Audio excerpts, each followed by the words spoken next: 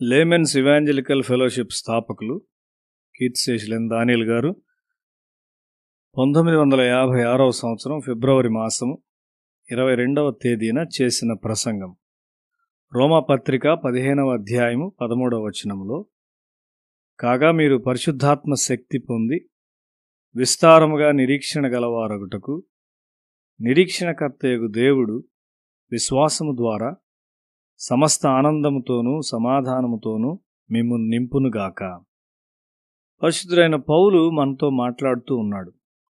అతడు దేవుణ్ణి నిరీక్షణకర్త అయిన దేవుడని పిలుస్తూ ఉన్నాడు. ఆయన నిజముగా నిరీక్షణకర్త అయిన దేవుడై ఉన్నాడు. విషయాలు చిందరవందరగా ఉండి ఎంతో నిరీక్షణ లేనప్పుడు ఆయన మనకు నిరీక్షణ ఇస్తాడు.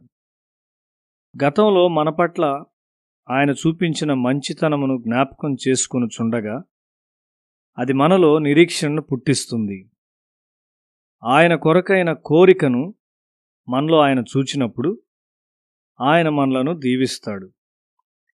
ఈ శరీరమునకు శ్రేష్టమైన ఔషధాలైన ఆనందము మరియు సమాధానాలను ఆయన మనకిస్తాడు. మనం ఎక్కువగా ప్రార్థించుచుండగా దేవునిలో మనం కలిగియుండు నిరీక్షణను అధికము చేయు ఆయన ఆత్మను ఎక్కువగా మనం పొందుకుంటాం. మనం క్లిష్టమైన పరిస్థితుల ద్వారా వెళ్ళినప్పుడు నిరీక్షణకర్తయగు దేవుడు నిరీక్షణతో మనలను నింపును. పరిశుద్ధాత్ముడు వచ్చినప్పుడు విశ్వాసము, నిరీక్షణ మరియు ప్రేమ అనే శక్తులు మనలో నుండి విడుదల చేయబడతాయి. సృజనాత్మకత గల విశ్వాసము, తప్పిపోనటువంటి నిరీక్షణ మరియు దేవుని ప్రేమ మన చుట్టూ ఒక పరలోకపు వాతావరణాన్ని తెస్తుంది.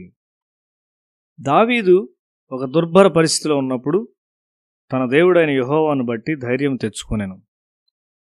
1 సమూయేలు గ్రంథము 30వ అధ్యాయం 6వ వచనములో, దావీదు మిక్కిలి దుఃఖపడెను మరియు తమ తమ కుమారులను బట్టియు కుమార్తెలను బట్టియు జనులకందరికీ ప్రాణం విసికినందున రాళ్లు రువ్వి దావీదును చంపుదాం రండని వారు చెప్పుకొనగా దావీదు తన దేవుడైన యెహోవాను బట్టి ధైర్యం తెచ్చుకొనెను.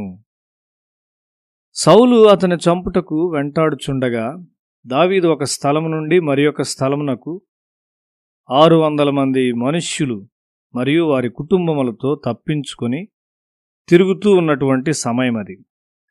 చివరగా ఫిలిస్తీన్ల మధ్య గాతు రాజైన ఆకీషు యొద్ద ఆశ్రయం వెదికాడు. గాతు రాజుతో ఉండుటకు ఇష్టం లేని వాడై సిక్లగులో నివసించుటకు ఎంచుకున్నాడు.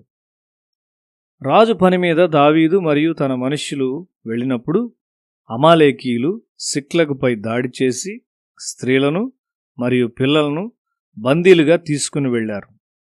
సిక్లగు అగ్నితో కాల్చివేయబడింది. దావీదు యొక్క మనుష్యులు విచారంలో మునిగిపోయారు. వారి నిరాశలో దావీదును రాళ్లతో కొట్టాలని మాట్లాడుకున్నారు. సౌలు నుండి, తన కుటుంబం నుండి మరియు తన బంధువుల నుండి దావీదు పారిపోయాడు. ఇప్పుడు తనకు నమ్మకస్తులైన కొద్దిమంది అతన్ని చంపాలని కోరుతూ ఉన్నారు. అయితే దావీదు తన దేవుడైన ప్రభువునందు తనను తాను ప్రోత్సహించుకుంటూ ఉన్నాడు. గతంలో గొల్యాతుతో యుద్ధములో దేవుడు ఏం చేశాడో, సింహము మరియు ఎలుగుబంటితో ఏం చేశాడో అతడు జ్ఞాపకం చేసుకున్నాడు. దీవెనలను ఒక్కొక్కటిగా లెక్కించుము అని ఒక కీర్తన చెప్తూ ఉన్నది. మనము ఇంతకు ముందుగానే పొందుకొనిన దీవెనలను లెక్కించడం ద్వారా దేవునిలో మనల్ని మనం ప్రోత్సహించుకొనటం నేర్చుకొనవలసి ఉన్నాము. మనము మన స్వంత మార్గమున వెళ్ళినందున నిరాశను ఎదుర్కొంటాం. దానికి మనమే బాధ్యులము, దేవుడు కాదు. దేవుడు స్తుతికి మాత్రమే యోగ్యుడు, ఎన్నడూ నిందకు యోగ్యుడు కాదు. దేవుడు ఎల్లప్పుడూ తన సంపూర్ణమైన దీవెనను మన మీద కృమ్మరించాలని కోరుచున్నాడు గాని మన సంచి రంధ్రము గలదై దాన్ని కాపాడుకొనలేకుండా ఉన్నది. కాబట్టి దేవుడు మొదట మన గుణశీలములను కట్టాలని కోరుచున్నాడు. ఆయన మనలను తన క్రమశిక్షణలో శిక్షణ ఇవ్వాలని కోరుచున్నాడు. అప్పుడు మనం ఆయన దీవెనలను కలిగి ఉండి మన చుట్టూ ఉన్నవారికి ఒక మాదిరిగా ఉంటాము. నమ్మకత్వమే స్వభావంగా గల నమ్మకస్తుడైన దేవుడు, ప్రేమ స్వభావం కలిగి ప్రేమించు దేవుడు. తన స్వభావమునకు వ్యతిరేకముగా తనే ఎట్లు వెళ్ళగలడు? రోమపత్రిక 15వ అధ్యాయం 14వ వచనంలో, నా సహోదరులారా, మీరు కేవలం మంచివారును సమస్త జ్ఞాన సంపూర్ణులను ఒకరికి ఒకరు బుద్ధి చెప్పు సమర్థులనై ఉన్నారని నా మట్టుకు నేను మిమ్మును గూర్చి రూఢిగా నమ్ముచున్నాను. సలహా కొరకు మన యొద్దకు వచ్చువారు మనలో మంచితనమున్నదను అభిప్రాయంతో తిరిగి వెళ్ళవలసి ఉన్నారు.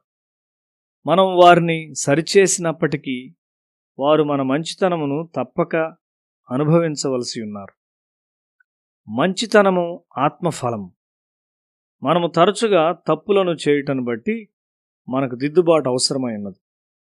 మారుమనసు పొందిన ప్రారంభ దశలో తమ బలమును తప్పుగా లెక్కించి గర్విష్ఠులుగా తయారై చాలా పొరపాటు చేస్తారు. వారిని సహవాసములో ప్రేమతో సరిచేయవలసి ఉన్నది. మనం ప్రేమతో వారిని సంప్రదించినప్పుడు ఎంతో స్పష్టముగా ఆ ప్రేమను వారు చూడగలరు. రోమపత్రిక 15వ అధ్యాయం 2వ వచనము, తన పొరుగువానికి క్షేమాభివృద్ధి కలుగునట్లు మనలో ప్రతివాడును మేలైన దానియందు అతన్ని సంతోషపరచవలెను. నేను ఇతరులను బలపరుచున్నానా? నీవు ఇతరులను బలపరుచు ఉన్నావా? నీ పొరుగువాన్ని బలపరచుటకు, మంచి చేయుటకు నీవు సిద్ధపడవలసి ఉన్నావు.